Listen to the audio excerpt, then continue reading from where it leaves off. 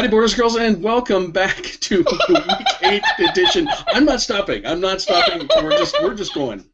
This is the Week 8 edition of the Carla and Crappy show. I have an excuse. The last couple weeks we've been distracted by baseball. Today I stayed home from work because I wasn't feeling so hot this morning, which is why I have my Snuggie on. It's a very nice much Snuggie. All day. Thank you. Too, I guess. Thank you.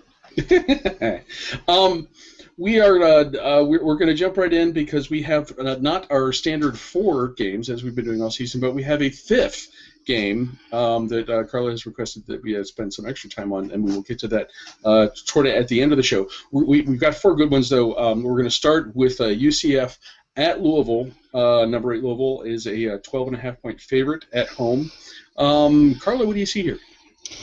This is kind of an interesting game because Louisville played kind of in the national spotlight last week, and Teddy Bridgewater really didn't have an outstanding performance, and everyone's just kind of waiting for Teddy Bridgewater to kind of take the stage.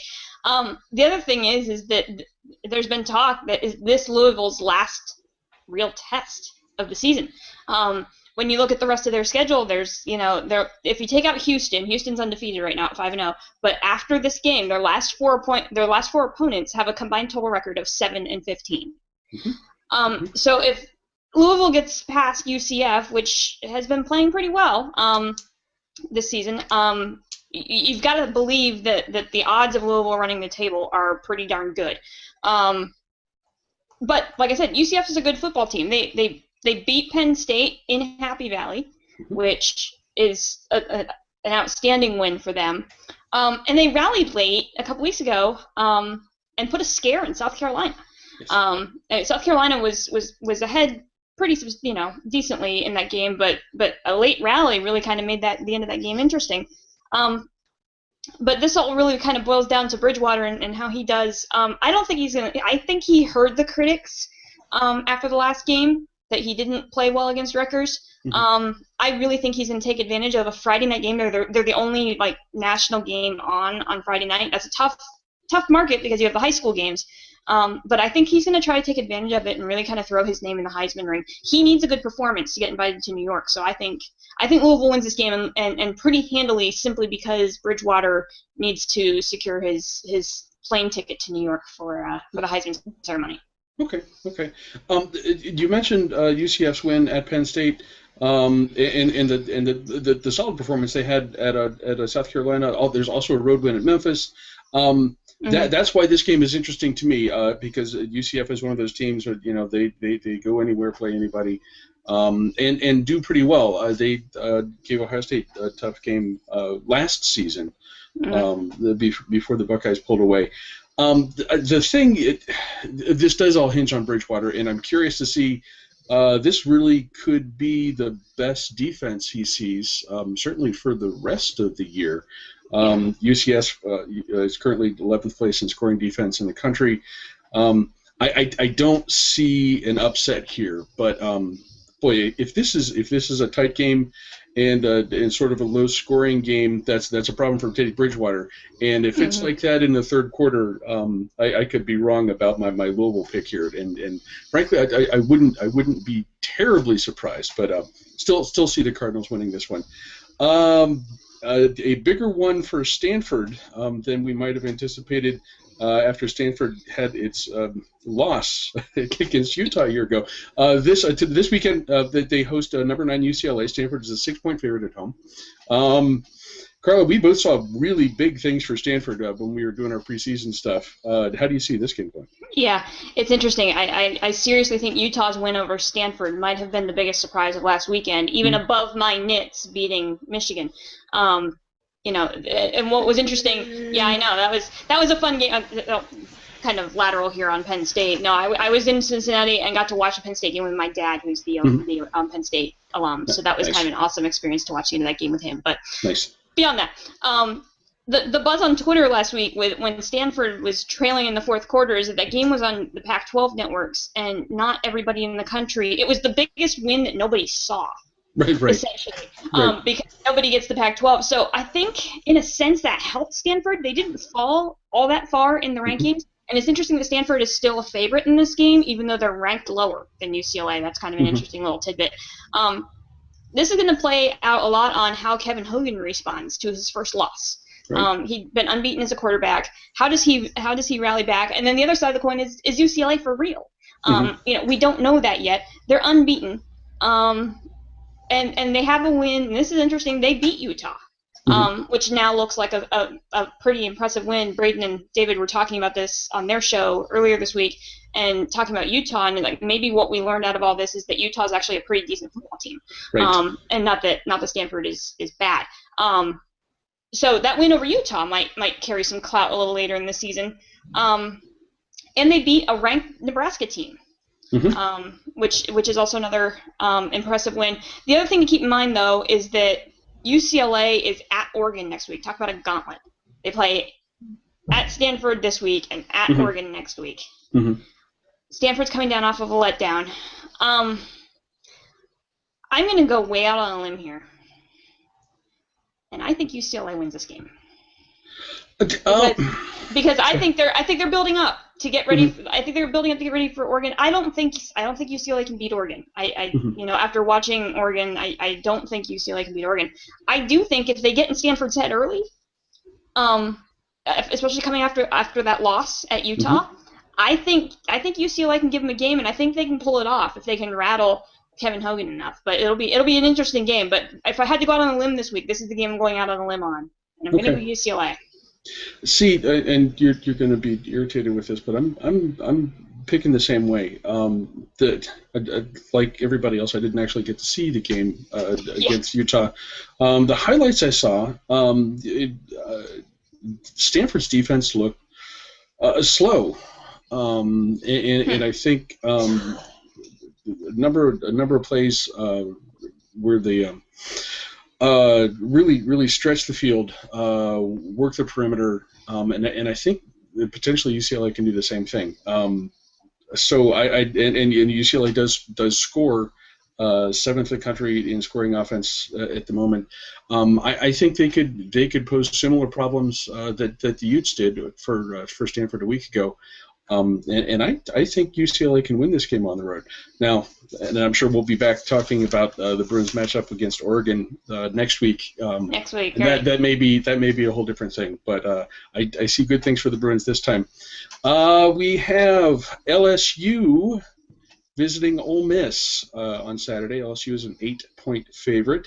What do you think about this one? This is kind of that don't look now, but LSU is ranked number 6 in the country. It's kind of one of those things. Like it's kind of a weird thing with LSU this year. I don't know whether it's because A&M kind of took all the luster away from the whole Les Miles oddities. And LSU is kind of a quiet number 6. Like yeah. I don't know if you realize that they're right up there. They have they lost to Georgia, but then responded with 2 really good wins against Mississippi State and Florida last week. And they play Alabama in 2 weeks, and they've got a cupcake in between. The sacrificial lamb in this case being Furman.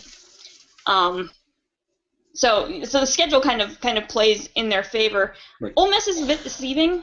They've lost 3 straight, but they've lost to 3 pretty quality opponents. They lost to Alabama, they lost to Auburn, and they lost to Texas A&M. And they can be explosive at times. We referenced this in week 1 when Ole Miss scored late in the game to beat Vandy here in Nashville. They can be explosive. I think this game could be pretty close in the first half, but LSU is good.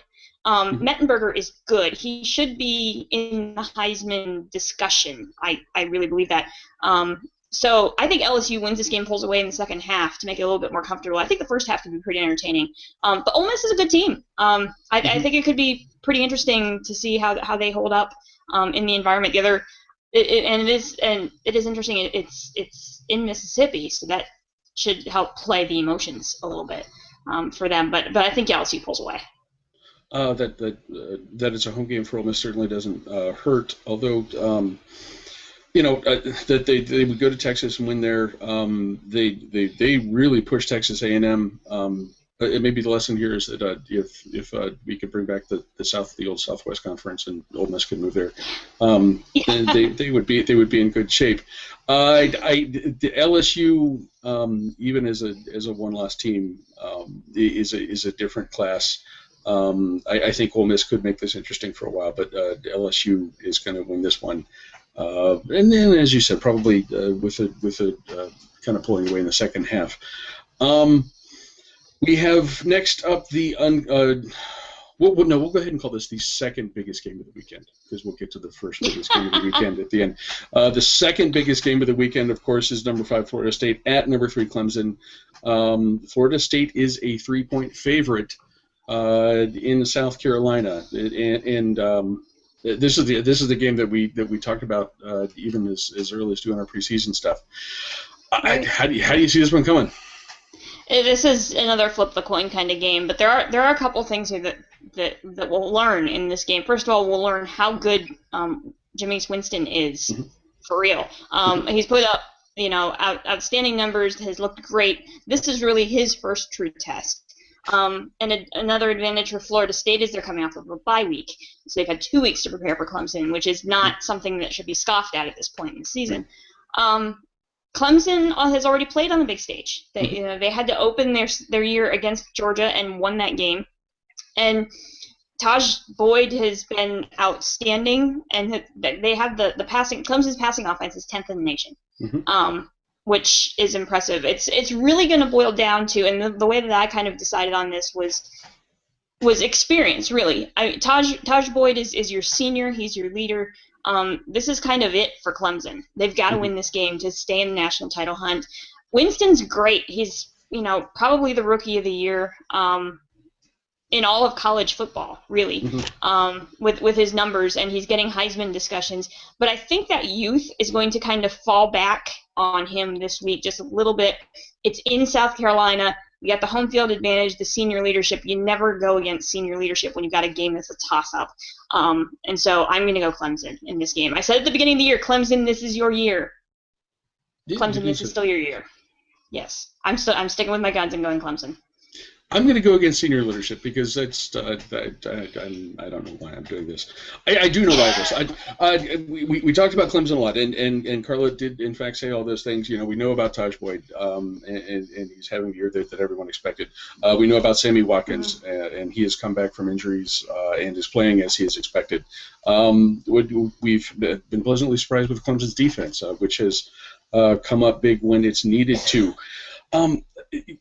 We heard a lot of talk about Jameis Winston before the season started, and the kid seems to have no weaknesses. At this stage of the year, it's 1,500 yards passing, 17 touchdowns, only 2 interceptions. I'm going to pick Florida State, and I'm doing that partially based on his performance, but also because Florida State's defense is absolutely terrifying. I think third in the country in scoring defense at this point of the year. They will be able to slow down Clemson's offense. That's not an offense that you can stop. I mean, we're not going to see a 14-10 game here, I don't think. But I think the combination of Winston being the real deal and Florida State's defense setting up enough speed bumps for Clemson that Florida State's going to pull this one off on the road. And Carla, we're going to break from our typical format here because I tried to find lines on this game and rankings and stuff and couldn't. Wasn't really coming up. We have Duquesne visiting Robert Morris. This is a night game in Joe Walton Stadium. It is a night game. And the campus of Robert Morris. The Dukes are 3-2 on the season. Robert Morris is 2-3. The Colonials have yet to play a conference game. Duquesne has already won one. In trying to find some kind of research on this, the best I could come up with was a one common opponent, and that is both teams have lost to Dayton. I'm going to go. Duquesne appears to be on paper the better team here. I'm going to go with Robert Morris. Homecoming, night game, rivalry, atmosphere. Go Colonials. Carla, I hope you got more than I do. Yeah, a little bit more, not a lot really, because Okay. living this far away, it's tough to get the information. But yes, it is homecoming, and yes, it is my 10-year reunion. So hi to everybody at Robert Morris. Sorry I'm not there.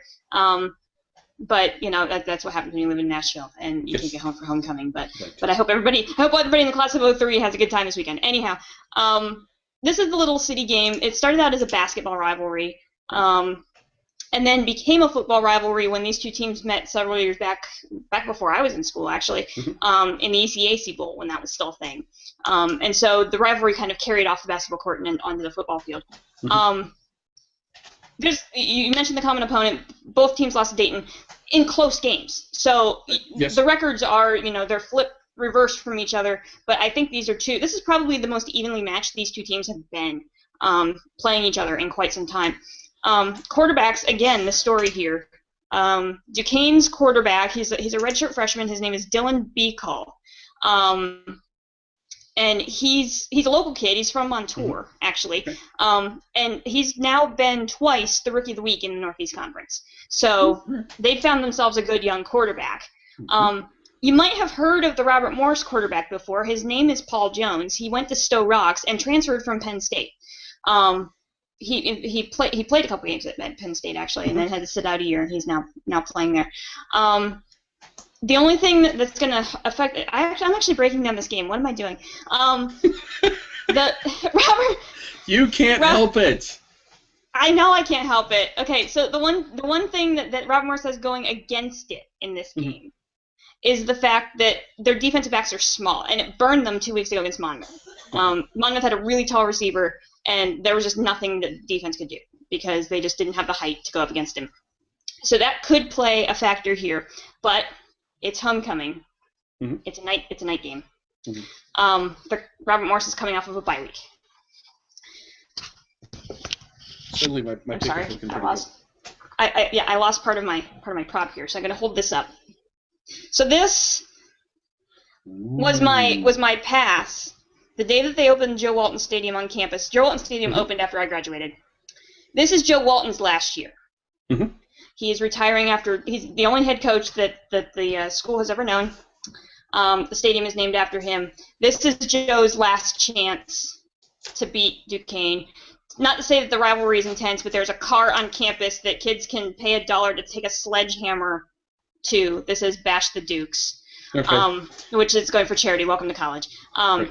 But I think in that atmosphere, in the last year for Joe, it's a rhyme. I hope you take it. This is actually Robert Morris College. That's how old this is. I got this in '99. I will wave my pom-pom and wear my beads and say, do it for Joe, go Bobby Moe. And, you like that? And I do. That's very nice. Joe is one of the greatest guys I've ever talked to, and seriously, I really hope that they end up with a winning season this year, because if anybody deserves it, he does. He's really transformed the entire university, and wish him nothing but the best in retirement. Now we'll never be able to get a hold of him when he goes on vacation, because he vacations in warm weather during the off season, and that used to be the joke that we could never get a hold of him because he was somewhere in the Caribbean. So Joe, enjoy your retirement. I'm sorry I'm not coming home for homecoming, but wish you all the best, and please beat Duquesne, please. I'm speechless. I really don't have anything else that I could add in that other than say go Colonials. That will do it for week 8 of the Carla and Crappy show. Enjoy the games this week. Enjoy Duquesne at Robert Morris.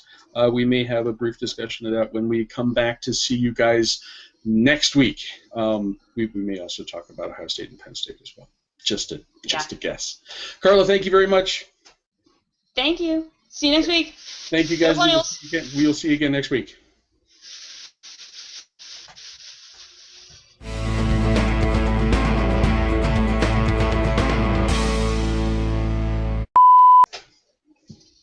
In a 3, a 2, a 1. What week is this? Is this week 8? I think so.